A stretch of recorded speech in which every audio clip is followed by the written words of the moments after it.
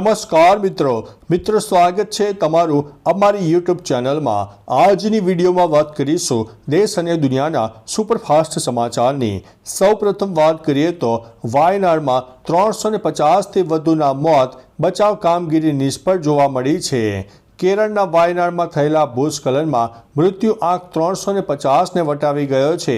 341 મૃતદેહોનું postmortem કરવામાં આવ્યું છે, જેમાંથી 146ની ઓળખ કરીને તેમના પરિવારજનોને સોંપવામાં આવ્યા છે। જિલ્લા વહીવટીતંત્રનું કહેવું છે કે બચાવ કામગીરી નિષ્ફળ ગઈ છે। હવે માત્ર મૃતદેહોની શોધખોળ ચાલી રહી છે। લેન્ડસ્લાઇડથી પ્રભાવિત 10,000થી વધુ લોકોને 91 કેમ્પમાં રાખવામાં આવ્યા છે। મિત્રો, અન્ય મહત્વના સમાચારની વાત કરીએ તો વાપીમાં 5 ઇંચથી વધુ વરસાદથી પાણી થઈ ગયું છે। વલસાડના વાપી તાલુકામાં મોડી રાત્રે મેઘરાજાએ તોફાની બેટિંગ કરી હતી। વાપીમાં રાત્રિના 12થી સવારે 6 વાગ્યા સુધીમાં 5 ઇંચ વરસાદ ખાબકી ગયો છે, જેના કારણે અનેક વિસ્તારોમાં પાણી ભરાઈ ગયા છે। વાપી ઈસ્ટ અને વેસ્ટને જોડતા બંને અંદર પાસ પાણી ભરાઈ જતા વાહન વ્યવહાર બંધ થઈ ગયો છે। આ સિવાય નીચાણવાળા વિસ્તારો પણ જળમગ્ન થયા છે। જનજીવન પણ ઠપ થયું છે। હજુ પણ દક્ષિણ ગુજરાતમાં ભારે વરસાદની આગાહી વ્યક્ત કરવામાં આવી છે। મિત્રો, અન્ય મહત્વના સમાચારની વાત કરીએ તો તાજમહેલમાં 2 યુવકોએ ગંગાજળ ચઢાવ્યું। તાજમહેલની અંદરના મકબરા પર અખિલ ભારત હિન્દુ મહાસભાના 2 કાર્યકરોએ ગંગાજળ ચઢાવ્યું છે। દિવાલ પર ઓમનું સ્ટીકર ચોંટાડીને તેના પર જળ રેડવામાં આવ્યું હતું। બાદમાં CISFએ વિનેશ અને શ્યામને પકડીને પોલીસને સોંપ્યા છે। જિલ્લાધ્યક્ષ મીના રાઠોડ કાવડ લઈને આવી હતી, જેને તાજના ગેટ ઉપર રોકી દેવાઈ હતી, જ્યારે આ બંને યુવકો બોટલમાં પાણી લઈને અંદર ગયા હતા। હિન્દુ મહાસભાનો દાવો છે કે આ તેજો મહાલય શિવ મંદિર છે। મિત્રો, અન્ય મહત્વના સમાચારની વાત કરીએ તો યુદ્ધના ભણકારા, અમેરિકા મધ્ય પૂર્વમાં સેના વધારશે।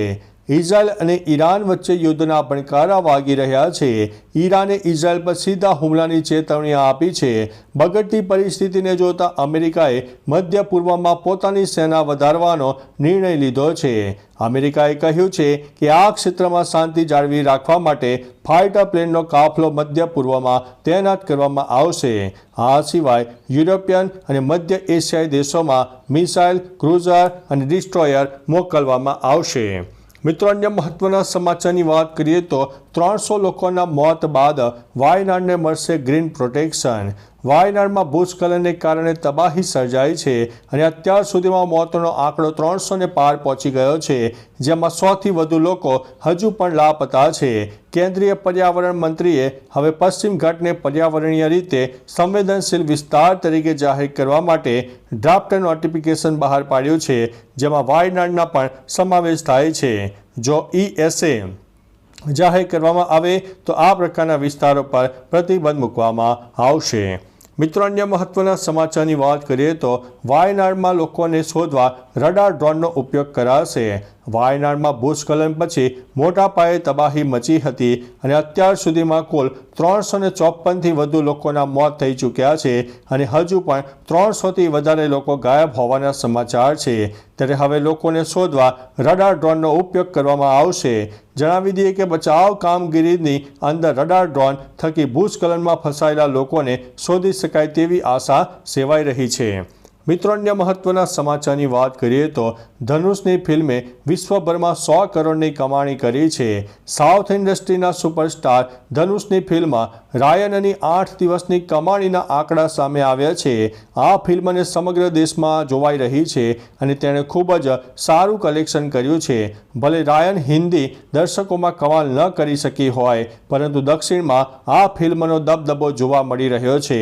રાયન ફિલ્મે પહેલા અઠવાડિયામાં સારું કલેક્શન કર્યું હતું। ધનુષની રાયલ વર્લ્ડ વાઇડ 100 કરોડથી વધુની કમાણી સામે આવી છે।